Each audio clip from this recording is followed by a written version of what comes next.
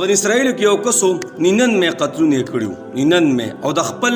توبې په تکل کې وته مسلم او بخاری شریف کې حدیث مبارک کې نبی علیہ الصلوۃ والسلام فرمایي چا ورته ویلار شپلانی ځای کې یو کس ته او عبادت گزار دی هغه لاړ شه ابا تسلار وخی دی چې هغه رااله وی ورته جناب وی ما خو یو کم سل قتلونه کړي ما به الله ماف کی ګناه نو هغه هم صرف عبادت گزار او عالم نو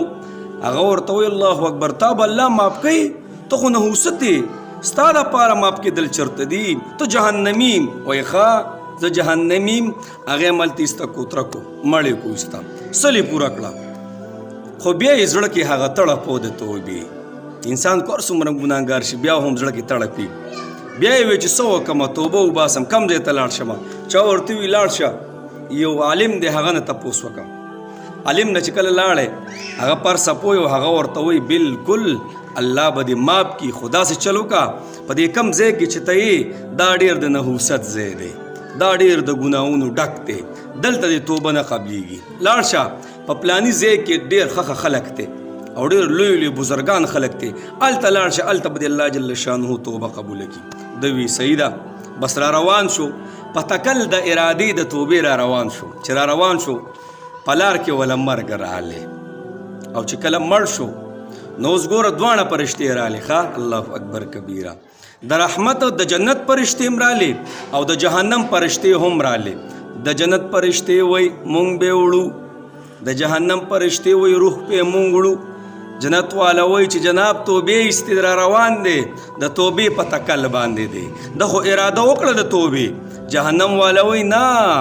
هغه ځای ته لا رسېدلی نه دی کم ځای چې د مقصد دی هلته نه دی رسېدلی په دې اوس جګړه د جي الله جل شانه ولې یو درېیمه فرشته راولېږله قتاده سے فرمایي دا جبریل علیه الصلاۃ والسلام فرشته ورله راله او وی سچ خبره ده وی دغه شان خبره ده چې زه ستاسو فیصله کوم داسې چل وکئ ځمکه ناب کوي ځمکه کو چرې دا ځمکه توبې والا ته نږدې وه دا کس توبې هغه ځای ته نږدې و کوم چې د نیکو خلکو ځای دی نو جنت والی چوت کوي او که نه هغه ګناه والا ته نږدې دی نو جهنم والی چوت کوي نو الله جل شانو ځمکې ته حکم وکړو الله اکبر زما د توبې په انتظار الله ګورې ناست دی ښه ځمکې ته حکم وکړو ولې ګناهونو سیټ ته د ګناهونو بستۍ ته دی نږدې و الله حکم وکړو تاو شو دی بل سیټ ته ځمکې ته نو هغه کم چې د توبې ځای دی هغې ته نږدې شو او د ګناهونو د ځای نه لرې شو نو فرشتې د رحمت هغې ته روح چوت کو نو جناب مرګ نه مخکې توبه پکار ده جي زمونږ توبې انتظار کې الله جل شانه ناست دی توبې له دروازې بندې نه دي